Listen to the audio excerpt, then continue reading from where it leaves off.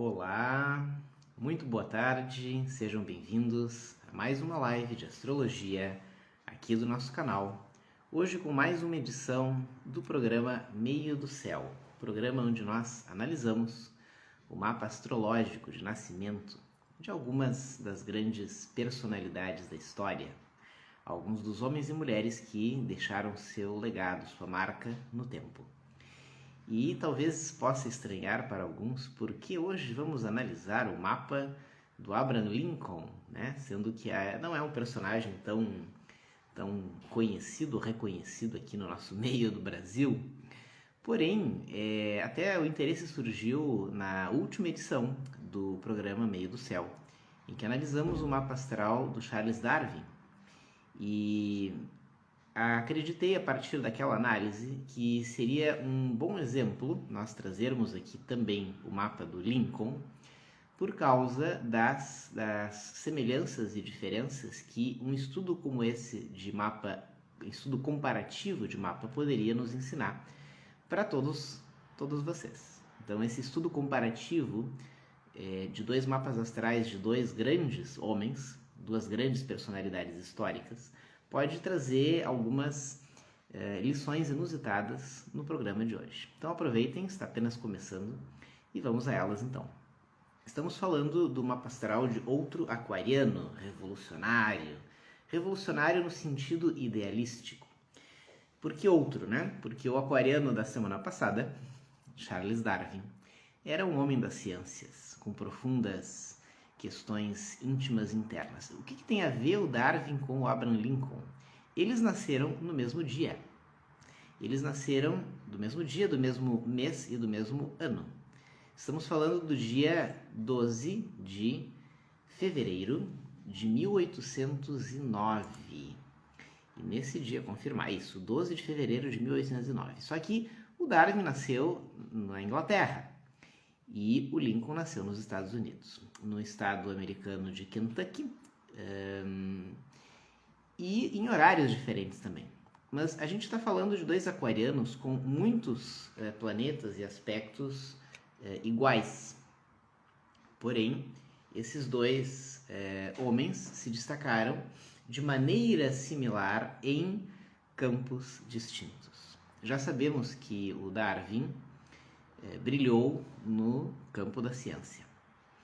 Mas a gente viu semana passada, quem não assistiu a live, está gravada, aproveite, procure ali no nosso banco de lives do Instagram e poderá conferir o estudo, análise do mapa do Charles Darwin. E vimos que ele foi um homem de muita fé, o Darwin, né? E ele encontrou na ciência uma forma de expressar essa fé através de um serviço humanitário. E daí surge o seu trabalho investigativo, a sua teoria da origem das espécies, que vai revolucionar a ciência depois. O Lincoln vai fazer algo semelhante, mas ele vai se encontrar no campo da política. Ele vai ser um advogado que vai virar político desde cedo. E de onde vem esse senso curiosamente altruísta e humanista? Bom, vem de um ascendente aquário. Então olha só como nós podemos utilizar de exemplo esse mapa do Lincoln para um monte de lições astrológicas que a gente já trouxe aqui no programa e que ainda vai trazer. Uma das marcas da vocação de líder está nos aspectos do meio do céu e do ascendente. Por isso que o nome do nosso programa é Meio do Céu. Mas no caso do Lincoln, a gente vai encontrar uma das principais conjunções que também está presente no mapa do Darwin, mas em outro aspecto, né? Nós vamos encontrar essa conjunção que é Saturno com Netuno, e a gente falou bastante na interpretação, na análise do mapa do Darwin, né? Como aquilo ali dotava ele de um espírito investigativo impressionante. Mas essa conjunção, no caso do Lincoln, está precisamente no meio do céu, mas em conjunção total com o meio do céu. Está cravado no meio do céu. Então, ele vai se projetar no mundo através desse aspecto saturnino. Então, daí vem a sua inclinação para a política. O meio do céu dele é em Sagitário,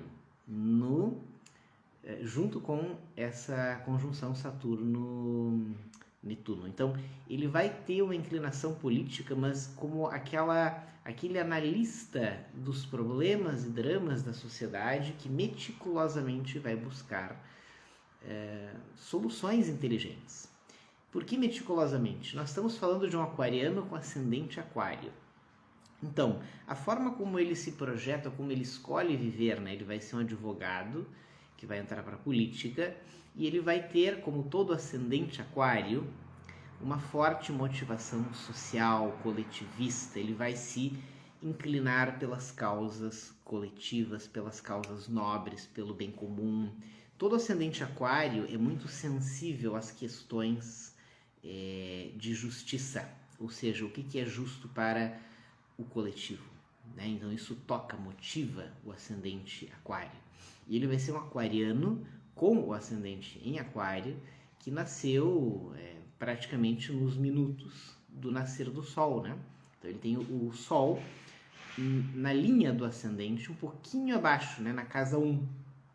Então esse é o outro ponto muito importante para nós identificarmos a vocação de líder. Então, a vocação de líder, a pessoa que tem o Sol nascente, tem o Sol na linha do ascendente. Então, tem uma forte inclinação para conduzir os processos, uma forte proatividade e uma forte tendência a agir, a encarar as dificuldades e tomar a frente das situações. É importante que esse Sol na linha do ascendente está na casa 1 e não na 12. A casa 12, né, ele esperaria acontecer para agir, ou ele agiria muito devagar, muito cautelosamente. Na 1 não, ele se antecipa, ele faz acontecer, ele se posiciona como causador das ações. Então, esse Sol na linha do ascendente, no mesmo signo, Sol e ascendente em Aquário, vão, em primeiro lugar, torná-lo sensível às causas humanistas e às causas, digamos assim, coletivas, né? Públicas. Então isso já é uma inclinação para toda essa área social e política. Mas em segundo lugar, vai ser um líder com Sol na linha do ascendente. Então vai ser um líder político, um líder social, um líder no seu meio. Qual o regente do signo solar e do signo ascendente? É o mesmo, porque é o mesmo signo, Aquário. Então é o mesmo regente, que é Urano. E Urano, que é o duplo regente do Lincoln, está em conjunção com o nó do norte. Então, ele tem uma mistura de forças primordiais do mapa, posicionando ele nessa direção de ser um agente ativo no seu tempo e no seu meio. E assim foi. Só que esse Urano, que é o duplo regente dele, está em Escorpião. Assim como a gente viu que o Urano do Darwin também estava, mas o Urano do Darwin é só o primeiro regente. O Urano do Lincoln é o duplo regente. E o Urano do Darwin, do Lincoln, está então em conjunção com o nó do norte, no signo de Escorpião. Então é um cara que veio para transformar. A transformação uraniana, aquariana, revolucionária, e de mexer na ferida, de mexer com as dores do coletivo, porque é aquário, dores, porque é Escorpião. E esse nodo com o duplo regente estão posicionados na casa 8. Então a casa 8, a casa da morte, simbólica das grandes e profundas transformações do nosso meio. É uma pessoa que veio transformar o meio em que ele vive. Mas aí vejamos, puxa, qual é que é o planeta que vai indicar então a sua força de ação, o seu ímpeto, que é Marte. Onde é que está o Marte do Lincoln, né? Afinal, ele vai ter que mexer com morte, com transformação, com atrito, com proatividade, qualidades muito marciais. E onde é que está o Marte? Em Libra. Bah, mas esse Marte em Libra está exilado, sim, mas está na casa 8 também. Então, tem duas coisas para falar para você sobre esse Marte na casa 8 em Libra do Lincoln. A primeira é que isso é uma coisa linda de se ver. O Marte em Libra do Lincoln é a sua força de optar pelo caminho da paz. O Marte em Libra é um pacifista. O Marte em Libra, ele evita os atritos, ele evita os combates inúteis ou os combates evitáveis. O Marte em Libra, ele é um lutador da paz.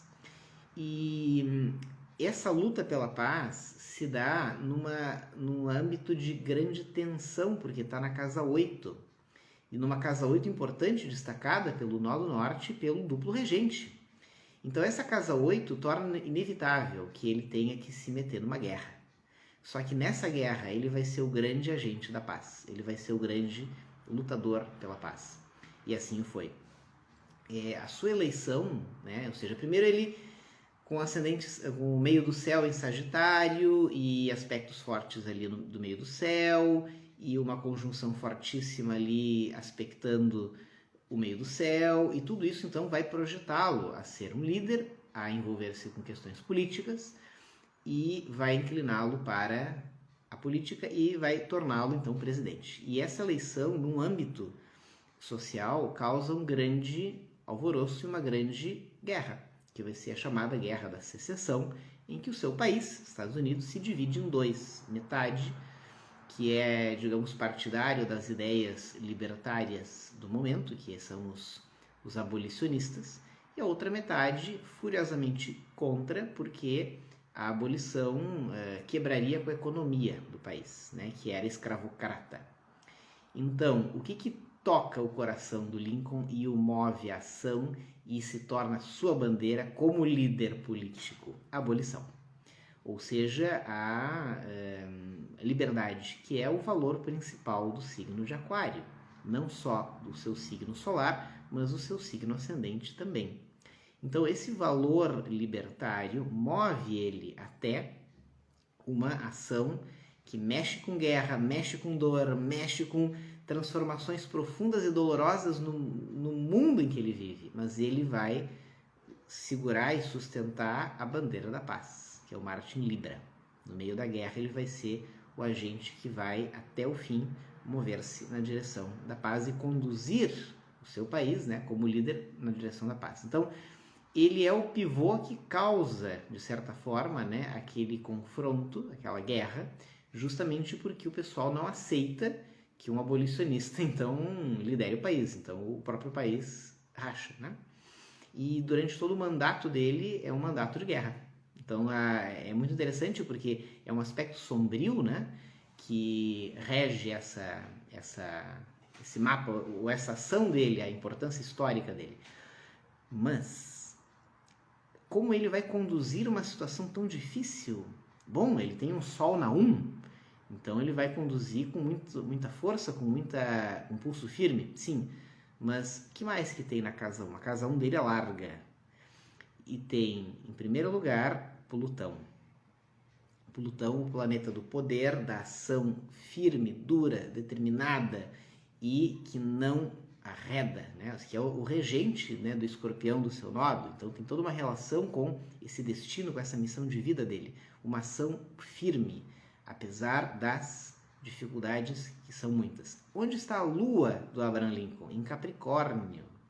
Essa lua em Capricórnio, que apesar no Darwin dar-lhe a frieza necessária, né, a serenidade necessária para conseguir cumprir a sua missão, no caso do Lincoln, essa lua em Capricórnio dá a frieza para segurar o astral durante uma guerra longa e muito dolorosa. E essa lua em Capricórnio mantém ele estável, firme e sereno quando ninguém mais está. E ele conduz o país e conduz a política de uma maneira firme, estável, serena, até a sua conclusão harmônica e satisfatória e pacificadora. Então foi uma coisa realmente de uma habilidade estratégica notável. E essa habilidade, então, não só se nota pelo Plutão na casa 1, né? Então a ação dele estava sustentada por uma força plutoniana muito intensa, como aglomerado ali numa quase conjunção larga, né? Uma conjunção assim articulada em volta daquele Plutão na casa 1 está o Mercúrio, planeta da mente, né? Ou seja, uma mente muito bem articulada, muito estratégica, e a roda da fortuna. Então a roda da fortuna promete grandes resultados ou uma chance de ser bem sucedido naquelas empreitadas difíceis que ele se propôs. Mas ainda junto com essa pequena aglomeração em torno dentro da casa 1, nós ainda temos o planeta Júpiter, que amplifica tudo. Então esse Júpiter na 1 torna ele portador de grandes feitos, de grandes projetos e de grandes realizações. Então, o que mais chama atenção no mapa do Lincoln, em primeiro lugar, é a quantidade de coisas na casa 1. Então, a capacidade de ação dele foi muito grande. Mas vejam como está composta essa casa 1. É uma casa 1 muito larga. É uma casa 1 que começa em Aquário, que é o seu ascendente, se estende por todo o signo de Peixes e depois ainda avança um tanto no signo de Áries. Então nós temos o Sol em Aquário na casa 1, depois em Peixes, Mercúrio, Plutão, roda da fortuna e Júpiter. Então, uma força muito grande de capacidade de ação e é o que dá firmeza e estabilidade para ele conduzir o país durante a guerra como ele conduziu. E ainda antes de fechar a casa 1, passando para 2, ainda o planeta Vênus. Ou seja, Vênus, embora esteja na divisa da 1, mas ainda na 1, é o que dá ao Lincoln o carisma. Porque uma coisa impressionante é que no meio de tanta dificuldade, ele conseguia manter o bom humor, ele conseguia manter a simpatia, o carisma, ele tinha muito mais gente que gostava dele, né? Mesmo entre os inimigos e opositores, né? Que não eram poucos numa guerra, mas que respeitavam e admiravam a sobriedade e o bom senso dele como líder e como condutor. Então, a capacidade estratégica dele também outorgou muito respeito a ele. E, bom,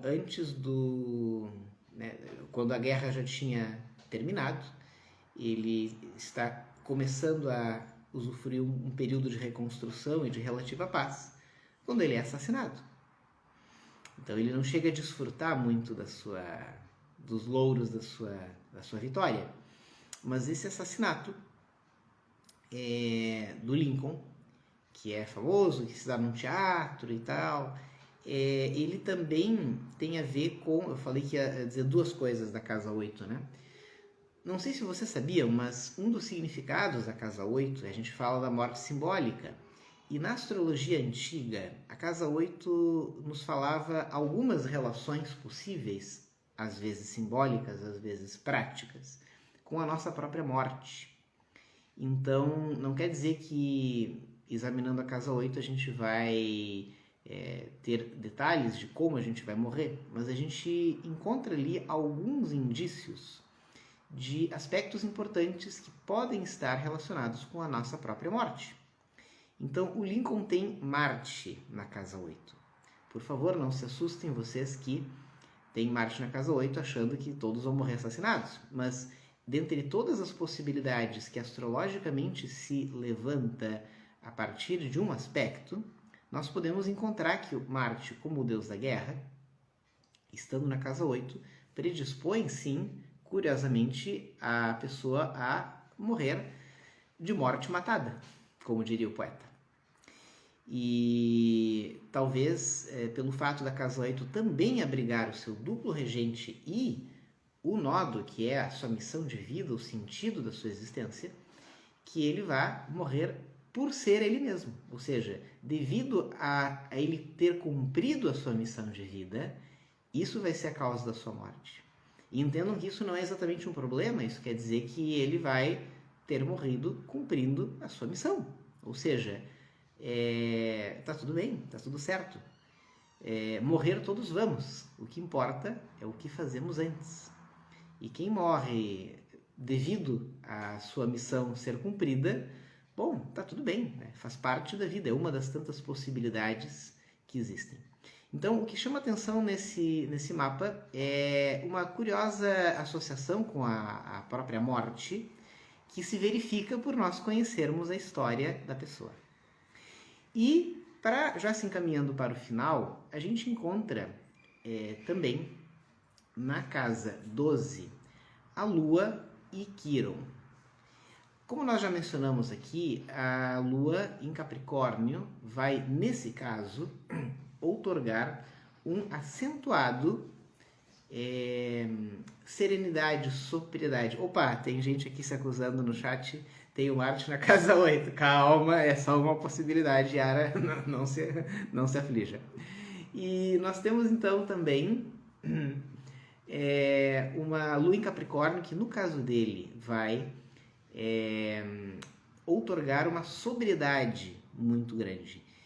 Isso também serve de exemplo para a gente ilustrar que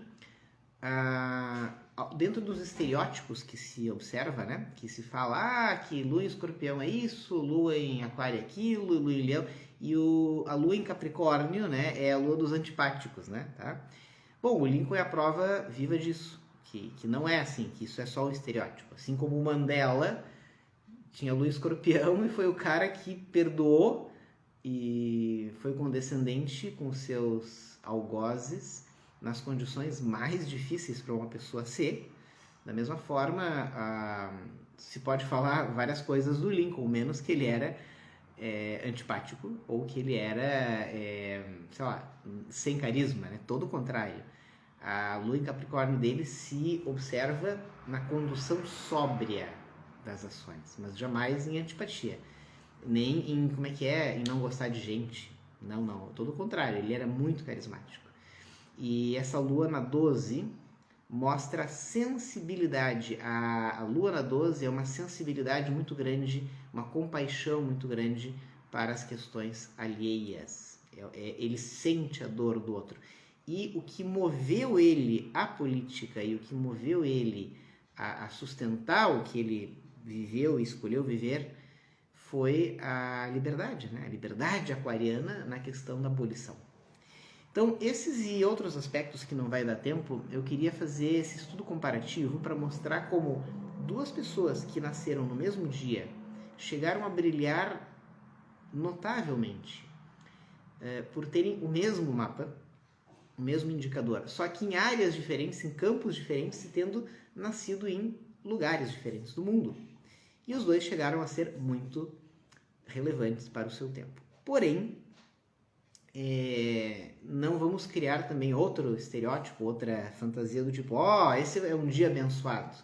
Todo mundo que nasceu nesse dia vai ser um grande líder ou um grande cientista. Não, na verdade, foi um dia realmente com uma articulação planetária notável, mas desconheço outros grandes nomes que tenham nascido no dia 12 de fevereiro de 1809, mas tendo dois, né, já chama atenção, né? Então, bom, esse era o ponto que eu tinha para os pontos principais. Eu acho que analisamos praticamente todos os pontos do mapa dele, sinteticamente. E ressalto que a questão da transformação do seu meio, como vocês observam nas lives dos vários mapas que a gente traz no programa Meio do Céu, essa transformação ela pode ser alcançada a partir de vários e vários aspectos. E isso é uma marca dos grandes seres humanos. Os grandes seres humanos são grandes justamente porque vêm para transformar a sua realidade para melhor, vêm para transformar o seu meio em algo novo e melhor. E eles têm algumas coisas em comum, mas como a gente aprende com a astrologia, todos os aspectos dos nossos mapas podem ser trabalhados dentro de uma margem de possibilidades. E essa margem nos dá esperanças de que a nossa existência, de cada um de nós, também possa, dentro dessa margem, oferecer muito ao mundo. Que todos nós, ao existir, possamos oferecer ao mundo algo além do que a nossa própria sobrevivência. E sim possamos oferecer alguma transformação profunda para o nosso redor. Então isso também, dentro dessa margem, pode ser trabalhado, pode ser estimulado se for conhecido. E é isso que nós buscamos oferecer para todos a partir da astrologia, do ensino e da prática, da vivência da astrologia como uma arte, como uma ciência, para que todos possam aprender e possam extrair o máximo dos frutos que o seu mapa tem a oferecer. Da minha parte era isso, foi um privilégio ter estado com vocês. Continuem nos acompanhando e até a próxima. Tchau!